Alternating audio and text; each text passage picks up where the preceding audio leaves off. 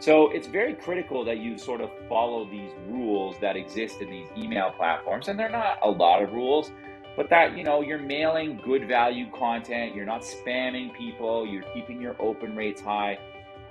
You're cleaning your list. If people are not opening your emails, you just get them off. You don't mail them ever again. And if you do that, you're going to make a little less money than if you spam the heck out of people, but you're going to stay on your platform forever. You're listening to The Growth Booth, the show focused on achieving lifestyle freedom through online businesses. Whether you're looking for step-by-step strategies to start building an online business, simple game plans to grow your business, or proven lifestyle freedom frameworks, you are in the right place. Stay tuned and be sure to join the thousands of listeners already in growth mode. Aidan Booth here, welcome to episode number 42 of The Growth Booth, where we are picking up from where we left off in the last episode and talking about what I believe is the fastest way to make $1,000 online. Now, in the last episode, if you missed that, I would recommend that you go back and take a look at that. You can see that at thegrowthbooth.com, navigate to episode number 41, and you'll find out a lot of information about what I believe to be the fastest way to make $1,000 online. Now, in this episode here today, I've got Sean Agnew back, and he's the expert who I've invited along to share a lot of this information. And we're talking about how to transition from a business or an income stream that pays you in commissions, one-off commissions, maybe $20 a pop, $30 a pop, and turn that into something which is a genuine multi-million-dollar business, if that's where you want to take it. So in the last episode, we gave an overview for what the business model was. We spoke about how to choose offers, things that are going to make you money. We spoke about the types of pages and traffic. So with all of that in mind, Sean, welcome back to the episode, by the way. Where do we go from here in transitioning this from something that just pays you one-off commissions to something that can give you so much more? Right. So, the whole point of the business model is having a good back end setup. Okay, so what that means is we already talked about in the previous podcast about somebody clicks on your ad, they go to your page, right? Your page, you're going to collect name, email, sometimes phone number. We can talk about phone number in a second, but let's just say it's name and email, and then they give you the name and email, and then you send them off to an offer. And we talked about it being auto insurance, so we can stick with that niche. That name and email you collect, okay? And that means you now own customer data. So there's multiple things you can do with that customer data. You can email it yourself, right?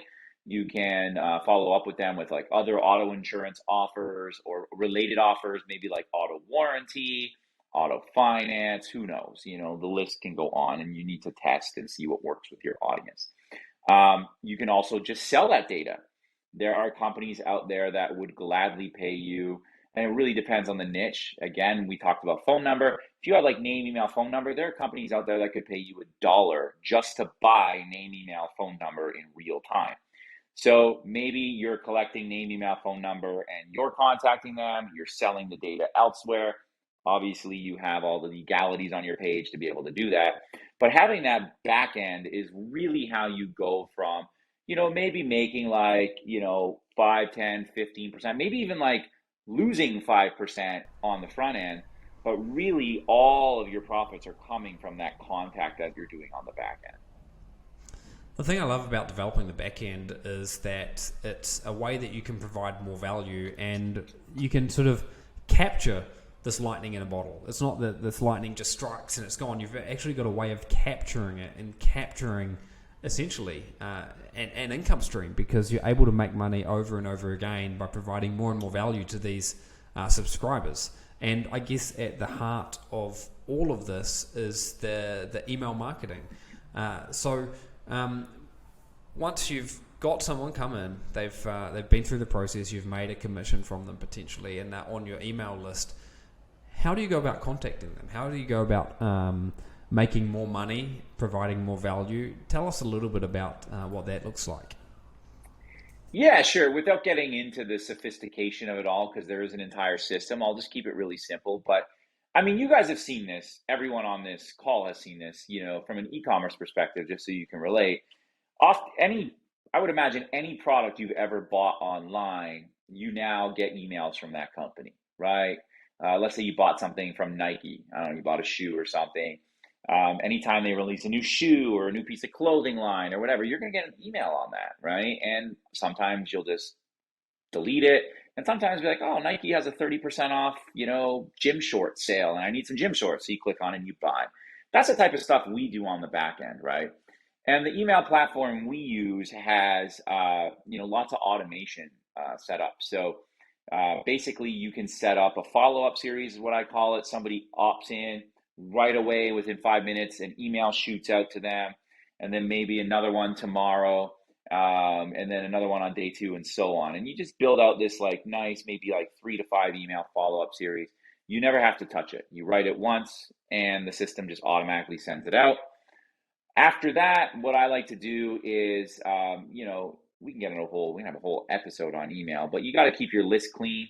So you try to remove people that, never open your emails, and then you're only left with the people that are interested in your stuff. And you just continue to what I call broadcast to them, right? Just one-off emails with offer after offer after offer. And you just try to maximize the money that you're making on the customer. For example, if Nike, just so it's a very relatable situation, if you bought a pair of shoes from Nike for $100, Nike made $100. Awesome. But if they kept following up with you, you could be on their list for years. You might go buy gym shorts on a 30% off sale. You might go Black Friday to buy a new pair of shoes. All of a sudden, maybe you buy a shirt, gym shorts, more shoes, a hat, I don't know. And all of a sudden, instead of making $100, maybe Nike's made $500 off of you, right? So your lifetime value goes from 100 to 5. And so that is the power of email marketing. And we've been using this business model since I got started. So it's very, very powerful and very lucrative. When I got started with my online business, it probably took me about 2 years, maybe not quite 2 years, maybe 18 months, but it took me a long time to start using email marketing. I was in a position where I was making these one-off commissions, and I was like, great, I'm making these one-off commissions. I don't need email marketing. I didn't need to go down that path. But I'll tell you what, that was probably one of the biggest mistakes that I ever made in my online business, was delaying getting into the process of actually leveraging email marketing, because the technology is amazing, and that's where you can really ramp things up and scale. But I think people are also a bit gun shy for whatever reason of using an email marketing platform. Maybe they think, how am I going to do this? How do I send an email to people? How do I capture an email in the first place? Any thoughts about that for people that are a bit wary or almost afraid of getting going with email marketing? Yeah, so again, I come from a political science background. So I don't know anything about writing emails, right? And so when I first got started, I was like you. My first ever niche was in the rent-to-own space back in 2014, I want to say. Facebook, you guys don't realize how new Facebook is. Their advertising platform in 2014, you could get 5-cent clicks. I had this zip submit offer paying me 90 cents. So basically, all somebody had to do was put their zip code in on the page, and I would get paid 90 cents. And I was paying 5 cents to get somebody to the page. And 1 out of every 6 or 7 people would. I'm literally spending 30 cents to make 90 cents. And you can imagine at scale how crazy that was. So I was like you. I was like, I don't need an email list. And then, Facebook costs start to go up. The offer, that offer went away. And I was like, shoot, I don't have the ability to make any money. And all those all those clicks that I sent out, I have nothing to show for it anymore, right? And when you're advertising, there are some days where if you are just sending directly, some people are like, well, what do I need to collect the email for? Why don't I just go add to auto insurance offer? Great. There might be a day where you spend $1,000 to make $1,400 and you profit $400. And then the next day you spend $1,000 to make $800 and you lost $200. That happens. And now you have nothing to show for it, right? At least if you stick an email in the front, you're able to collect this data. So writing the emails, this is what I did. What I did is I went out, and let's just stick with auto insurance, nice and easy. I would go to Google and I would start typing in keywords like how to get auto insurance, best auto insurance Miami, cheap auto insurance, low cost auto, just different keywords, right? And I would see what ads are popping up. I would click on the ad, I would opt into that list, and then I would see what kind of emails I get. And I would just monitor my competition. What are they sending? And then I wouldn't copy their email word for word. We can have a whole conversation about why that's bad. But, I would mirror my emails after what they were doing. And I would also look as well. This is another pro tip. You already are probably getting marketed like 40, 50, 60 emails a day from all these different companies. What I like to do is take a look in your inbox every day on email subjects that made you think, oh, that's interesting, right? You might look and you're like, oh, this is this stupid guy again. And then all of a sudden you stop, you're like, whoa, like this subject line is really catchy and it made me stop and want to click on it. And then I would literally copy that subject line on a notepad and I have like a list of like 300 different subject lines that I can test out. And then you just test. And then marketing will tell you whether that's a good subject or not. So get on your competitions list, watch what you're getting emailed, and test away. And then what you're going to be left with is probably like 30, 40 emails that you can just keep rotating through over and over and over. I've got a folder that I created inside my inbox called promotional emails. And anytime I see one of these eye-catching emails or one of these ones that just makes me, pay attention, I automatically drop it into there. And then when I'm writing emails for any of our businesses, I open up that folder and just browsing through. It's an absolute treasure trove of information for copywriting. So that's awesome. And, I think maybe what a lot of people may not realize here is that there's actually a lot of science around the whole email marketing part of it. It's almost like a recipe as well, where there are best practices, there are best times of day to send out emails, there are best days of the week to send out emails. There's even a formula for how often you should send promotional emails and whether or not you should drip in purely value add emails in the middle. And that's, again, another conversation that we could have another day. But I think the point is that if you can find someone who has really got this dialed in and replicate what they're doing, then that's a great way to get started. You mentioned autoresponders earlier, and one of the ones that we use, and we can't really share that with people right now for different reasons, but it is something that we're going to be able to share with people in the weeks ahead. So if you stay tuned to your email inbox, as a subscriber of this show, you might be able to learn a little bit more about some of more of the trade tools that we use, including this autoresponder, which is really a really key part of this. Now, not all autoresponders are created equal when you are doing online marketing. What are some of the issues or challenges that you face with autoresponders, and why is it something that people should be aware of when they're diving into this type of a business model? Right. So I've been around email marketing now for a decade, and I've watched it evolve. And I've literally sent over a billion with a B, emails, well over a billion emails in my career.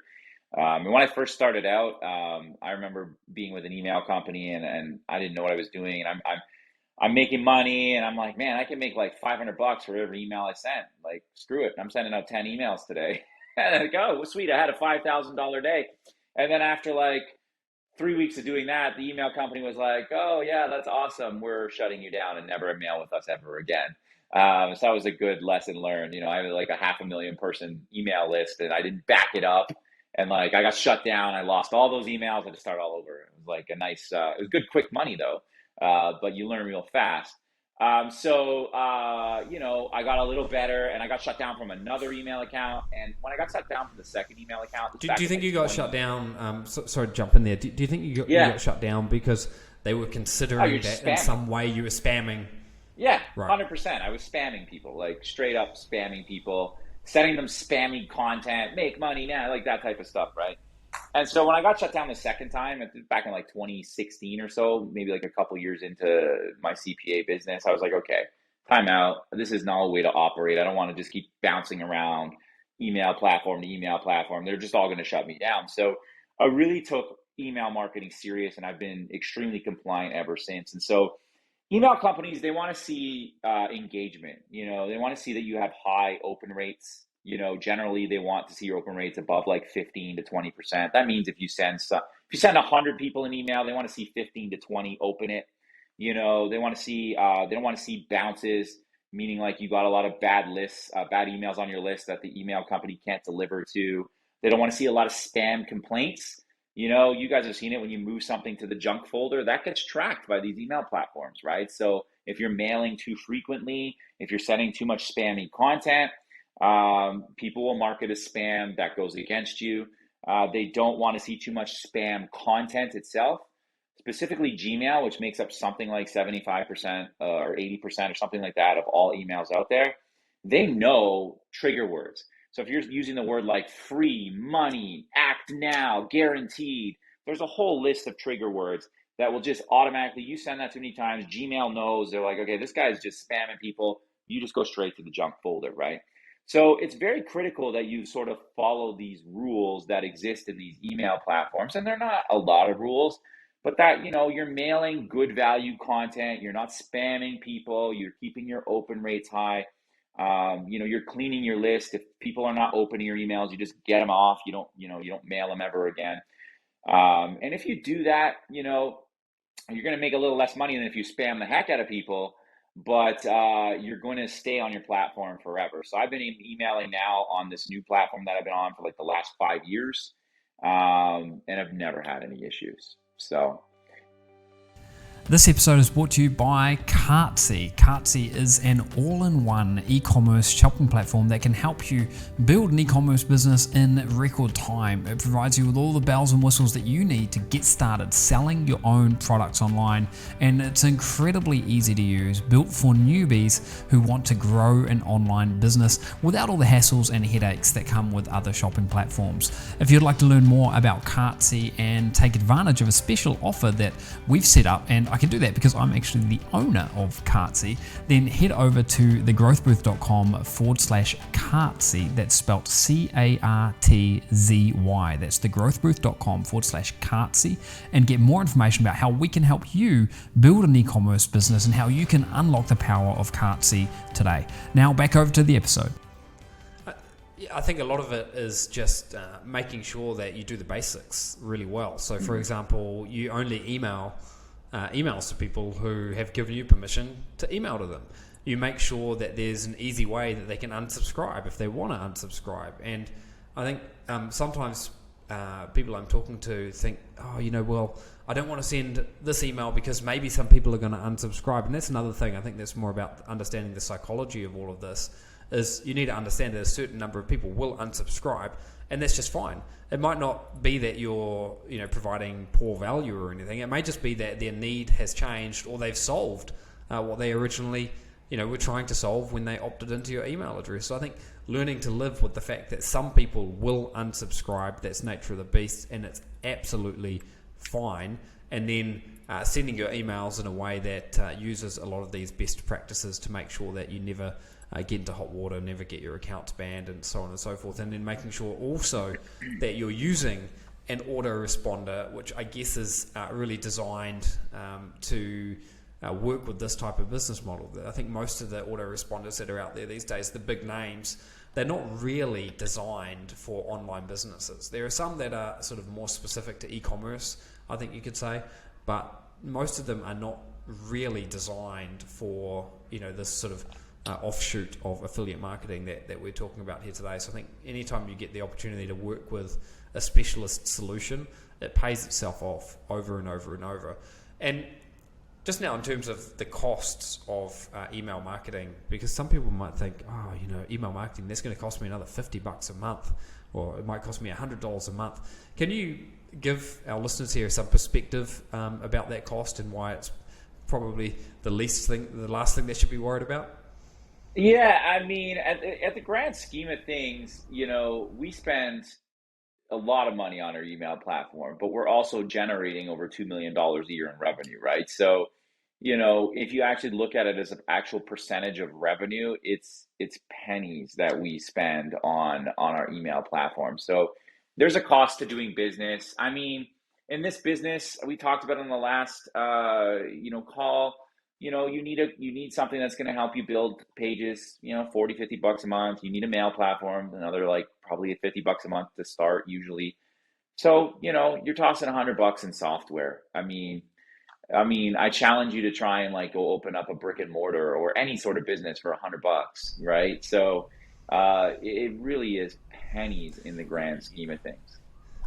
The thing that I always keep coming back to, and again, this is one of the reasons that I really love what we're doing here, is that none of these are fixed costs. The very first month that you're paying $20 for an email autoresponder, I would expect that you're going to make more than the cost of that back. Right. In fact, if you're paying $20 in your first month, you're probably going to make a couple of $1,000s back in that first month. I mean, it's all related to how many people are on your list and so on and so forth, but the cost becomes so incredibly negligible that it's just a complete no-brainer. I mean, even us, Sean and I, we pay multiple thousands of dollars every single month, but I can send out an email to 500,000 people in 20 seconds if I want to. The time it takes to write the email, and I press the send button.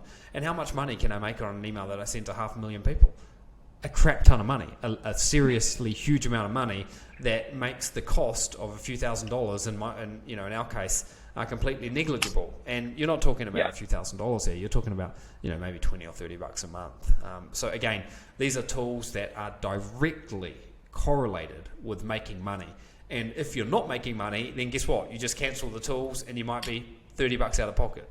So if you are someone that's worried about some costs here, I'll tell you, I refer to this as potentially being the holy grail of online business right now, and all of the headaches have been removed, and the costs are pretty much as close to zero as you can get. You don't need like a special store platform. You don't need to buy inventory.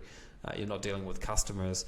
You do need some budget for traffic, but again, because you can measure the profitability of your traffic, like the very same day that you send the traffic, like the same moment that you send the traffic, you can either turn it off if it's not working or scale it up if it is. So I think the fact that at least all of the costs that I can think of that are associated with these businesses are directly tied back to making money, that makes it a lot easier to get going here.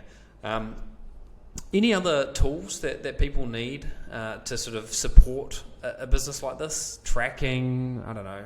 What else is there? Yeah, I mean, you do need to go buy a domain. You can get the domain for like $10, $12, something along those lines, per year.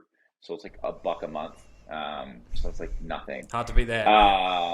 If you're using a funnel building type software, you probably don't need hosting, because usually you can connect your domain to that software, so you don't need that. Tracking at scale, I think it's quite important. It's not something you need to start with. I wouldn't start with at all. But tracking just helps you marry the revenue you're making from the offer with the cost of your ad. So you can know like which keywords in Microsoft or Google are actually like getting you the money that you are making. So tracking when you definitely. Sort of, sorry to jump in there. When you are just getting started, you're dipping your toes in the water. You're not going to be running dozens and dozens of different keywords or something like this. You should on a napkin kind of a thing be able to just sort of figure out what's converting and what's not. That's why when you get started, you don't need to worry about tracking. But obviously, when you scale your business and you're doing thousands per day, then it would be nice to have a tool that does this for you. Yeah, and the tool that we use, I think it's, if I'm not, don't quote me, I could be wrong. I think it's like $129 a month or something in there. It's like 100 to 150, let's just say, something along those lines. And that's a fixed cost. It doesn't like go up the more it's just that is what it costs. So like at scale, let's say not even at scale. Let's say you're a few months into business, you have 5,000 leads on your list, and you want to use tracking. You're probably paying like $100 for your email, another $125 for the tracking, and another, 50. I don't know. You're probably paying like just under $300 a month.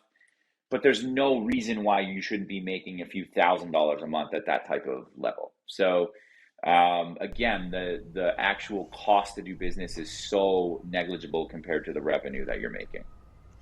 Something else that we speak about sometimes is this idea of 1,000 true fans or 1,000 raving fans. And the idea goes that if you've got a small subscriber base, let's say just 1,000 subscribers, then you should be able to make $100 from those 1,000 subscribers over the course of a year. And if you can do that, then with 1,000 subscribers, you could have a $100,000 business.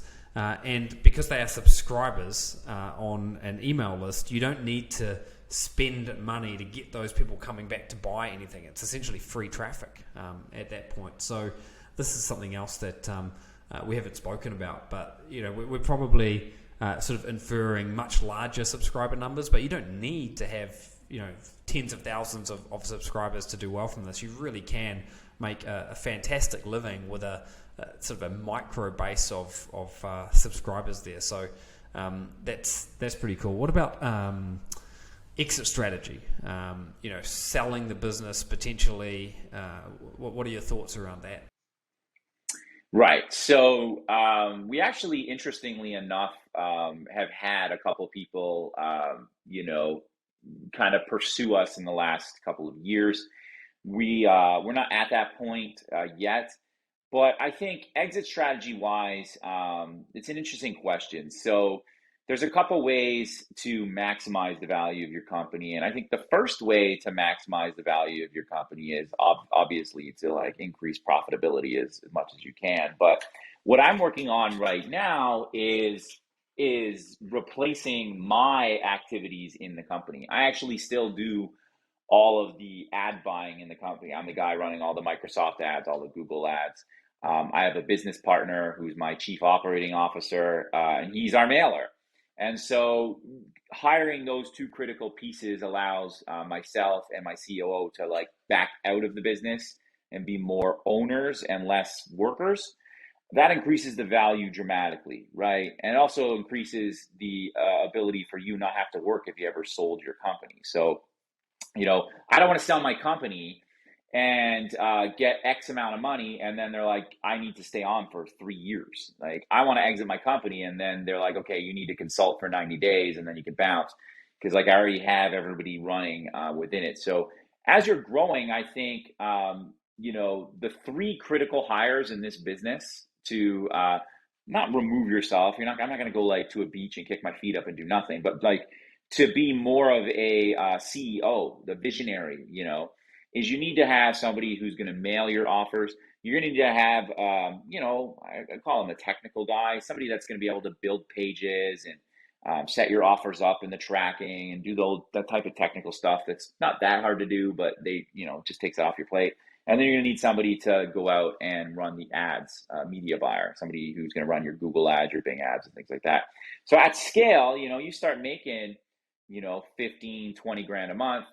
You might want to go get yourself a developer in India or something for a couple grand a month. You maybe want to hire a mailer for 50 grand a year, and maybe now you're not making 20 grand, but you're only making 14.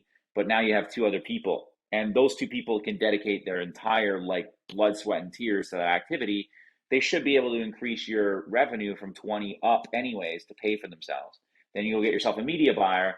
Maybe you're spending $1,000 a day on ads. But now that you have a media buyer who's there 40, 50 hours a week, they can take you from 1,000 a day to 3,000 a day.